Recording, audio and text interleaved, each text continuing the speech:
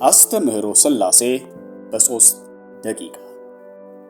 ይህ አስተምህሮ እጅግ በጣም ወሳኝና ክርስቲያኖችን ክርስቲያኖች የሚያሰኛቸው ማለትም እውነተኞቹን ክርስቲያኖች ሌሎች በክርስትናው ስም የሚጠሩ ብዙ ምንፍቅናዎች ስላሉ ብዙ እምነቶች ሥላሴን ካለመረዳታቸው የተነሳ የሥላሴን አማንያን በመድብለ አማልክት የሚያምኑ ፖሊቲስት አድርገው ይቆጥሯቸዋል። በጥንቃቄ በሚቀጥሉት ጥቂት ደቂቃዎች ሥላሴን እናብራራለን። ሥላሴ የሚለው ቃል ስሉስ ከሚል የግዕዝ ቃል የተገኘ ሲሆን ትርጉሙም ሶስት ማለት ነው። የሚያመለክተውም ስለ እግዚአብሔር አካላት ነው። ሥላሴ የሚለው ቃል በቃል በመጽሐፍ ቅዱስ ውስጥ ተጽፎ አናገኝም። ያ ማለት ሐሳቡ የለም ማለት አይደለም። ሐሳቡ በማያሻማ መልኩ በሁለቱም ኪዳናት ተጽፎ ይገኛል። እግዚአብሔር አንድ አምላክ ነው። ያ አንዱ አምላክ ደግሞ አካላት አሉት።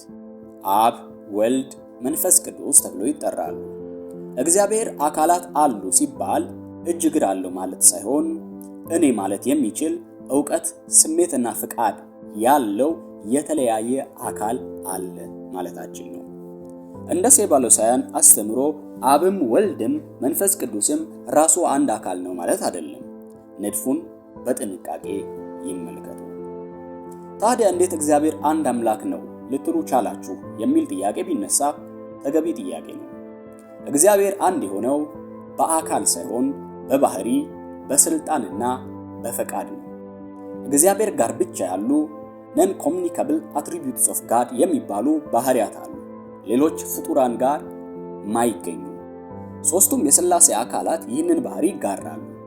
እነዚህም ባህሪያት ሁሉን ማወቅ፣ በሁሉ ቦታ መገኘት፣ ሁሉን ቻይነት፣ ዘለዓለማዊነት እንዲሁም ፈጣሪነት ይሰኛሉ። ሰንጠረዡን በትኩረት ይመልከቱ። እግዚአብሔር አንድ አምላክ ነው። ይህ አንዱ አምላክ አካላት አሉት። አብ፣ ወልድ፣ መንፈስ ቅዱስ ይባላሉ። ይህ የሥላሴ ትርጉምና አስተምህሮ በጥቅሉ ነው። ሌሎች ዝርዝር ጉዳዮችን በቀጣዮቹ ቪዲዮዎች እንሰራለን። የእግዚአብሔር ያ ፍቅር፣ የጌታችን የኢየሱስ ክርስቶስ ጸጋ፣ የመንፈስ ቅዱስ ኅብረት ከሁላችንም ጋር ይሁን። አሜን።